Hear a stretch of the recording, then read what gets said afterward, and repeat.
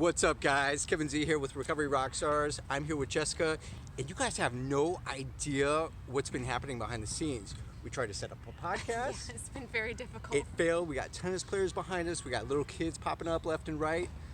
You know, we got traffic behind us, but we said we're going to do a video. So we're doing a video. Jessica, trying it out.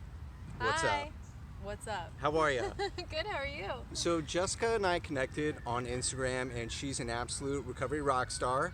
Jessica, how many years have you been sober now?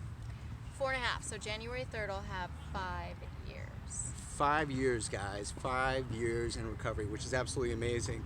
So we can get as detailed as you want, but I would like to go back, and if you could tell me a little bit about your history with drinking and when it began. Well, it began a long time ago.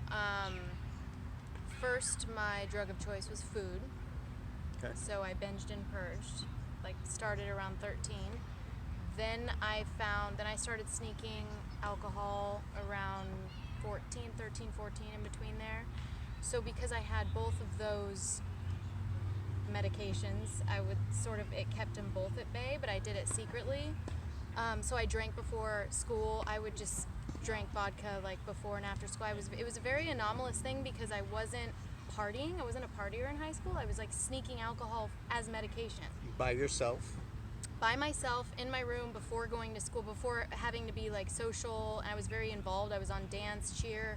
But I always felt like I needed this superhero cape to be normal. Yeah. Just to socialize. Did anybody know that you were drinking alone? No. Parents, friends? No, in fact, family? One night I got so drunk I was vomiting, and my mom was like, "Jessica, are you pregnant?" She still didn't get it. I mean, I'm sure the trash smelled like rum. I was mixing all these, concoctions from my dad's liquor cabinet, like Grand Marnier, tequila, anything I could get my hands on, just to numb and quiet the screaming demon. I always call it a screaming demon because it was this visceral thing in my chest that it was almost like a traumatic past stress response that I had to quiet. It was a really bizarre thing. What was the screaming demon saying? What do you mean by that? The screaming demon felt like just impending doom, the world, I was about to die or have a heart attack, the world was about to end. Everything was scary and dark, and there was no hope, and the only thing that brought me hope or helped quiet that was liquor. It was it all went away, and an elephant was just lifted off my chest, and I could breathe. It was just... How old were you when those feelings started? Probably around 10, 11. And I have some trauma I was molested when I was really little from a baby, not from a family member, but a babysitter. So I think that I'm doing a lot of reading on adverse childhood experiences and the correlation between it manifesting into addiction.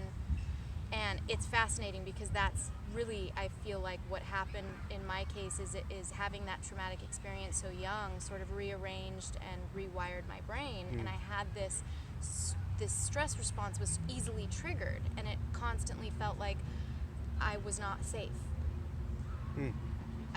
No one was protecting me, and I had to drink in order to survive. That's what it felt like. Did anybody know about that? Did you see a therapist? Did your parents know? No, so so food and alcohol in high school, no, so it was a successful secret. I moved out when I was 19, and I drank every night, but it was very controlled. My tolerance at that point was very high, and I was never the drunk one at the party. I never went out. I was always an in the closet, at home drinker.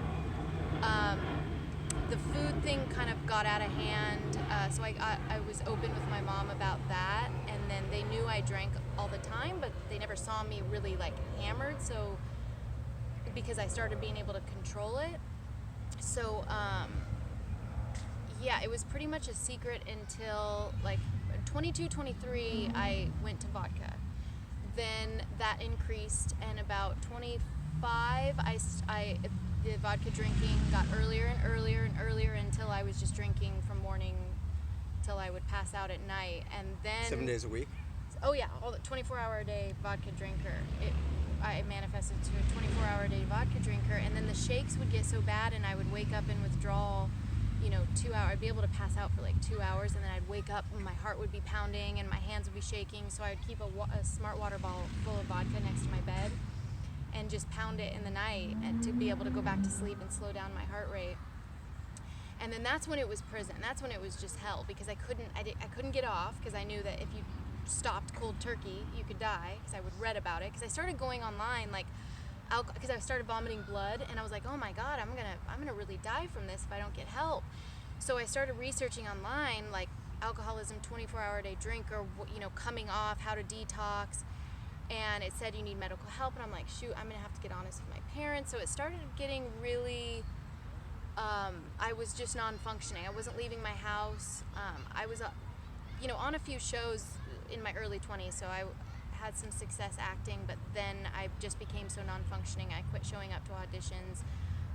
I was in a comedy group. We were going up at the Comedy Store bi-monthly, and I remember that's when it was starting to get out of hand, because I was drinking a bottle of vodka a day, but I never messed up my lines, but I was blacking out on stage. Oh my God! Did the comedy people that you were with know? They knew I was a heavy drinker, but they didn't know I was that dependent. No. So once I became that physically dependent, it was really hell, and I finally. My parents thought I was depressed because I was in a relationship. They thought that I was just really depressed and quit eating and stuff. So my mom said, "Why don't you come here and stay with us a couple nights?" So I packed like 3 Dasani water bottles of vodka, and I went there, and I got trashed that night, and I ended up just regurgitating all the truth to my mom, and she was sobbing, and she was like, "How did I not know?" And they took me to Kaiser the next morning, and that's when they said you need to go to rehab. My liver enzymes were so through the roof. I went into detox at Kaiser for 7 days, and then went to my first rehab in the beginning of 2009. And I was still in denial, because I thought it was like, oh, you just have to detox, and then you need to stay away from vodka. You can go back to white wine. Yeah. Like we all do. We're so in denial because we don't realize that the neuroplasticity is messed up now. You're permanently an alcoholic once you've become that, dependent, pickled your brain. So I, day 78 after my first rehab, I relapsed at a wedding, thinking, okay, I'm just gonna have one drink, and I got, totally hammered. Ended up that year being in and out of 6 different psych wards. Because what was happening is my BAC would get so high, it was like 4.8 or 0.53. I would get so high that my parents would say, she's trying to drink herself to death. So they would 72 hour, they put me on a 72-hour hold in the psych ward. And so those were really gnarly experiences, but funny. It's not funny. No, not No, funny. that's not But funny a at psych all. ward is just so traumatic and kind of just bizarre experience. But yeah, so then I went to treatment again, and I've been to 9 rehabs. 2 of them I left, because I just wanted to drink. It's been a really crazy 5-6 years. So out of the 9 rehabs, how did you finally stop? Because I know a lot of people who are watching and who have listened to our podcast and been a part of it, they've gone into rehab and the same thing. They've relapsed and relapsed and relapsed. So what was it? How did you finally say, all right, enough's enough, I'm not drinking anymore? Well, so 2013 was a really bad year for me. So I relapsed in the beginning of 2013. I met a lady in a recovery meeting that my friend stood up and said, I don't know what to do. She won't stop drinking, and she's like 78 pounds, and she's about to die, and I need help. Is there a female that can, help her? So this woman took me in, and it ended up being like a very weird situation, and she let me keep drinking there, and I ended up just getting so emaciated, and I fell over the railing of this crazy staircase, and I had a brain hemorrhage. I landed on the right side of my head, and I had a hemorrhagic stroke, and my parents were called, and at this point my parents were pretty much listening to Al-Anon, trying to stay away, but my mom knew in her gut, based on the person that called, that something really bad happened. So she came down and got me, went up to Napa, where they lived, and I that night, so my head was starting to swell right here, and I kept getting a bloody nose, and my ear was bleeding, and so they took me to the emergency room, and I had a CT scan, and there was a hematoma in the center of my brain about the size of an oblong baseball. So it was paralyzed, so I was like stroke victim, like, you know, drooping face, and I was paralyzed on my left side, but they couldn't do brain surgery right away because the amount of alcohol I was consuming thinned my blood so much. So he thought it was too dangerous. So I had to withdraw for like 5 days, and it was like an acid trip. Having a stroke is like, basically it just puts so much pressure on the right side of your brain. So everything was, I was tripping out. It was like seeing gremlins. And By the way, you guys, this is no joke. We're gonna give you her Instagram handle, but she's got this scar.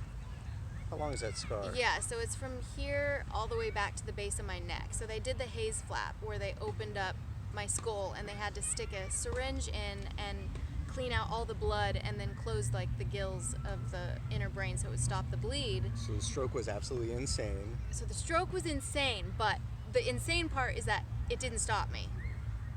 So I recovered miraculously in the acute rehab facility, learned how to walk again. Within 3 weeks, I was testing above average of someone that didn't even have a brain injury, and I recovered miraculously, and then 2 months later went back and did it all over, and it got way worse. I was homeless. I spent a month in jail because I had accrued all these. I had a felony DUI from 2013. I was on probation, and I got a bunch of I had a warrant out anyway. So I went to jail for a month, got out, and was basically homeless. And I met this guy, this veteran, who said he was staying somewhere. He had a place to stay. He said he would get me plenty of vodka. He obviously wasn't playing with a full day. Yeah. He was just like feeding me vodka, and I was just laying on this floor, and I had hurt my ankle, and it blew up, so I couldn't get up. So I was basically just drinking myself to death. I got down to 78 pounds. Oh my I God. was urinating and defecating on myself, and the acid from my urine burned holes in my bony hips, like bed sores, and so it triggered a blood staph infection. So then all my organs started shutting down, and I'm very familiar with what it feels like to shut down from drinking, but this felt like I was dying. It was a different feeling, so I knew something was happening internally, and I called my ex, and he could tell in my voice that I was like not sounding good, and I was really slow, and so he said, I'm gonna be there in the morning. He came, and he couldn't even walk in the room because it smelled so bad. I had conjunctivitis, so I had blood coming down my eyes, out of my nose, just hemorrhaging out of every orifice, and he called 911. They came, and he said I just looked like an emaciated animatronic doll, like moving super slow, and I went to Brotman in ICU. I was there for like 3 weeks in ICU because all my organs were failing. I had a specialist for every organ, my brain, my heart. They thought I had endocarditis. So I really didn't come to until like day 10 of being in ICU, and I just overheard my dad saying to my granddad, it looks like she's gonna make it, and I just remember thinking, what? Wow. Did I do it again? Oh, you didn't even remember. You had no I- idea what I was just- going on. Your mind was so jaded. You were I was out of it. there was so much edema from the alcohol that I wasn't even with Oh, it for that long. gosh. So yeah, so then so that's when the switch flipped for me, because with the brain hemorrhage, it doesn't feel like you're close to death because you're just tripping out. It almost feels like you're just having an acid trip. Whereas my bottom, it was like, okay, I have to make a choice. Either I'm gonna drink or I'm gonna live. And I wanted life. I did want life. But when someone would ask, do you want to be sober, Jess? To be honest, no. The honest answer was no, I don't want to be sober. I don't know how to live sober. I want to be able to drink. I just can't function and drink. Yeah. So I got to choose life and learn how to function sober. So when you got out, tell me about that process. I mean, obviously you still wanted to drink. You were not drinking, but how did you feel? How did you get help? Who were you with? Who did you surround yourself with? Like, what did that process look when you came to fruition and left the hospital? Right. Well, I had to beg. My parents really wanted me to go to treatment again, and I begged them. I said, I don't trust myself. I will leave. I am so desperate to be near. I was so afraid of death because it was looking at me so close. Yeah. that I just begged them, please let me be near you. I need to be by family. So they let me come up with them, and that really saved my life, being with just nurtured by my mom and dad. And they would come with me to open meetings, and they loved it. They loved, going to recovery meetings with me. And I just slowly, I was so weak for a few months. It took me a while to be able to walk long distances. I was so atrophied. And once I gained my strength back, we would go on hikes. It was such a transformation. That year being with my parents, we have pictures of just seeing my, I had really short hair. I looked like Peter Pan because they cut off all my hair. I forgot to mention I got lice on the street. With that woman had 2 girls. I picked up lice, and in jail they put me in a cell alone and medicated my scalp 3 times, and I still had it. So my hair was so matted in ICU with lice that they just cut it all off.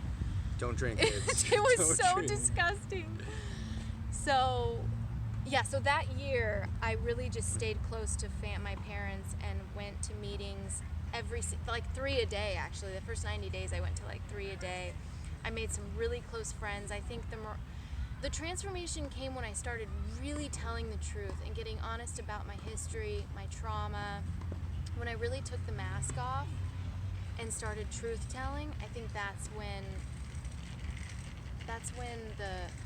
I could breathe again. That's when the transformation occurred, and I let people in, and I let people see. I really exposed my wounds and my inner self, and I was just out there with my story. And I finally started learning, okay, I don't have to pretend like I'm all perfect and everything's okay. Biggest piece of advice right there. We don't have to pretend, guys. No, we're all struggling and suffering with something, so we all are. Open up, talk about it. Exactly. So I actually want to know today, what is life like in recovery? Because again, so many people that I talk to who are struggling, they don't want to get sober because they don't think sobriety is going to be any fun. That they're not going to be able to function without alcohol on a weekend or a weekday or whatever. What is life like in recovery? Oh my gosh. Life in recovery is so effing fun.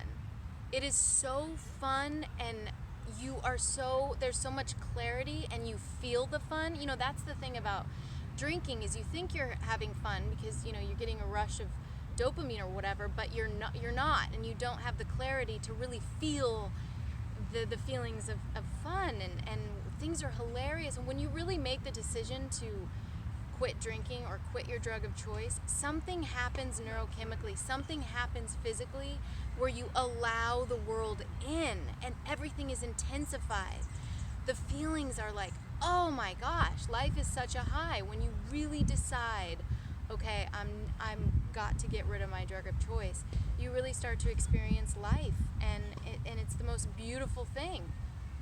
It's the most beautiful thing. Nice. It's such a high, yeah. So for somebody who is struggling, what is your biggest piece of advice for them?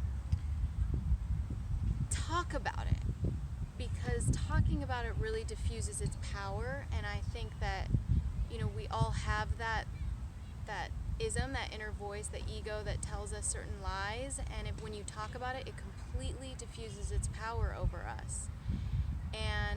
And we all have it. I think being aware that we all have it makes you realize you're not crazy, you're not unique, you're not the only one, and you're not alone. And even though some people look like you might separate yourself because you feel like, oh, those people are having so much fun sober, I'm never gonna get there. No, you inevitably get there. You will get there. I never believed when people would say, hold on till the miracle happens, stay here and wait for the miracle to happen. It's like, F you, I'm not gonna get the miracle. You're whatever, and I'm in hell, and you don't understand. But I do understand, because I was in hell, and you will get the miracle if you just stay long enough. The miracle is, life is just so rad sober, and it's such an experience that you can only really feel if you get rid of the drug that's stopping you from experiencing the miracle. So I just think, holding on and talking about it is the biggest thing. And I think that's what's so neat about this recovery community on social media, is we're all so open and transparent, and nobody has their mask on. We're all being so vulnerable and deeply seen, and it's such a high. It's such a we're all cheering each other on and encouraging each other, and it's such a beautiful community. And you guys, there's so many cool people out there in recovery. Yes. Like you and you. And you. Yes. So how can people find you on social media? Jessica Landon 12 is my Instagram. My website's Human on Fire. I wrote a memoir that's in the process of being published, and I think we all just need to share our stories and talk about it and be honest. You know, honesty and vulnerability is the key to getting out from under shame. That's the biggest thing. You know, that was my biggest thing. I had so much shame that was really the screaming demon was shame. And that has gone away because I got to the underlying issue of that and got out from under shame. And I think everyone can. If I can, everyone can. And so, yeah. Love it. And before we wrap up, any other words of wisdom, final thoughts, anything else you want to share with the Recovery Rockstars community? Laugh, because it will rewire your brain, and you will get that dopamine and natural opiate you're looking for. Laughing is the key that's the best medicine. By the way, guys, if you do want to laugh, follow her because she does these funny videos. They're random, but they're so funny. They're random. They're awesome. Awesomely they're so random. Fun. Well, listen, thank you for being on Recovery Rockstars IGTV. Thank you guys for listening. Thank you for listening and watching, and stay tuned for more, and have a blessed day. Be kind, love one another. Yes. Woohoo! Bye. Awkward ending. Just kidding. Awkward ending. Cool.